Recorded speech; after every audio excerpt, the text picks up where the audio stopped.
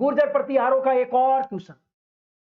इसका मतलब यह हुआ कि राजस्थान में यदि हम गुहिल को पढ़ रहे हैं, कछुआ को पढ़ रहे हैं, चौहानों को पढ़ रहे हैं, तो उन जब सबसे ज्यादा वरीयता परीक्षाओं में इनको दी जाती है। दोस्तों, निम्नलिखित में से किन अभिलेखों में प्रतिहारों को गुर्जर कहा गया है? एक चीज तो क्लियर है कि गुर्जर प्रतिहार जिनको हम कह रहे हैं वो सच में गुर्जर थे। आपने कभी देखा होगा कि दक्षिण पश्चिम राजस्थान के कई गांवों में राजा भोज का बड़े बड़े होर्डिंग लगे मिलेंगे, गुर्जर राजा भोज, गुर्जर राजा भोज, है ना। इसका मतलब यह हुआ कि ये सारे गुर्जर प्रतिहारी शासक हैं और जो कि गुर्जर जाति के हैं। तो यहां हम बात करने जा रहे हैं कि वे कौन कौन से अभिलेख है, वे कौन कौन से अभिलेख है जिनमें यह उल्लेख किया गया है कि गुर्जर प्रतिहार मूल रूप से गुर्जरी है।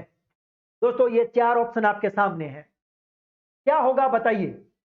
नीलगुंड का अभिलेख, देवली का अभिलेख, राघनपुर का अभिलेख और कराड़ का अभिलेख। गजब का क्वेश्चन है, सारे ही सही है दोस्तों, ये सारे के सारे सही है। नीलगुंड के अभिलेख में भी गुर्जर कहा गया है, देवली के अभिलेख में भी इनको गुर्जर कहा गया है, राघनपुर और कराड़ के अभिलेख में भी इनको गुर्जर कहा गया है। साथ ही साथ कुछ और अभिलेख भी बता देता हूं जिनमें गुर्जर कहा गया है। दोस्तों, मैं कल परसों आपको एक तकड़ी चीज बता रहा था।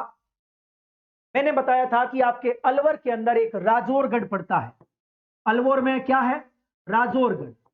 दोस्तों, इसे महाभारत काल में हम क्या कहते थे? पारानगर, पारानगर कहते थे।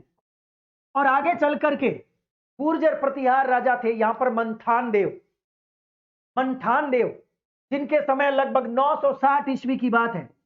960 ईस्वी का एक अभिलेख मिला है जिसे राजौरगढ़ का अभिलेख कहते हैं। इसका मतलब यह हुआ कि अलवर का जो राजौरगढ़ है, राजौरगढ़ के वैभव जिनके हम नाम से जानते हैं, गुर्जर प्रतिहार कालीन भव्य मंदिर है नीलकंठेश्वर महादेव मंदिर, ये यहीं पर ही है। महाभारत काल में इसे पारानगर कहा जाता था। 8वीं से 11वीं शताब्दी के बीच में यहां पर गुर्जर राजाओं का शासन होता था, इसलिए इसे गुर्जर प्रदेश का हिस्सा माना गया है, राजौरगढ़ को। और यहां पर एक राजा थे मंथान देव। दोस्तों, 960 ईस्वी का यह अभिलेख है, राजौरगढ़ का अभिलेख। इसमें भी गुर्जर प्रतिहारों को गुर्जर कहा गया है। दोस्तों, इसके अलावा एक और अभिलेख है, खजुराहो का अभिलेख। कौन सा अभिलेख? खजुराहो का अभिलेख। खजुराहो का अभिलेख जो है, इस अभिलेख में भी इनको गुर्जर कहा गया है। वेरी इंपॉर्टेंट, खजुराहो के अभिलेख में भी गुर्जर कहा गया है। दोस्तों, ये चंदेल राजा धंग के समय का है, लगभग 954 ईस्वी का, लेकिन फिर भी इसमें क्या कहा गया है? इनको गुर्जर कहा गया है। एक दोस्तों बड़ौदा का ताम्रपत्र है, यह भी याद आ गया, बता देता हूं। बड़ौदा का ताम्रपत्र, ताम्रपत्र, इसमें भी इनको गुर्जर कहा गया है, गुर्जर प्रतिहारों को। तो ये बड़ौदा का ताम्रपत्र, खजुराहो का अभिलेख हो गया, राजौरगढ़ का अभिलेख हो गया, और एक अभिलेख है सिरूट का अभिलेख।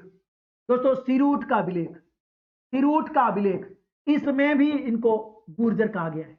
ये 4-5 इंपॉर्टेंट चीजें थी जो मैंने आपको बताई है।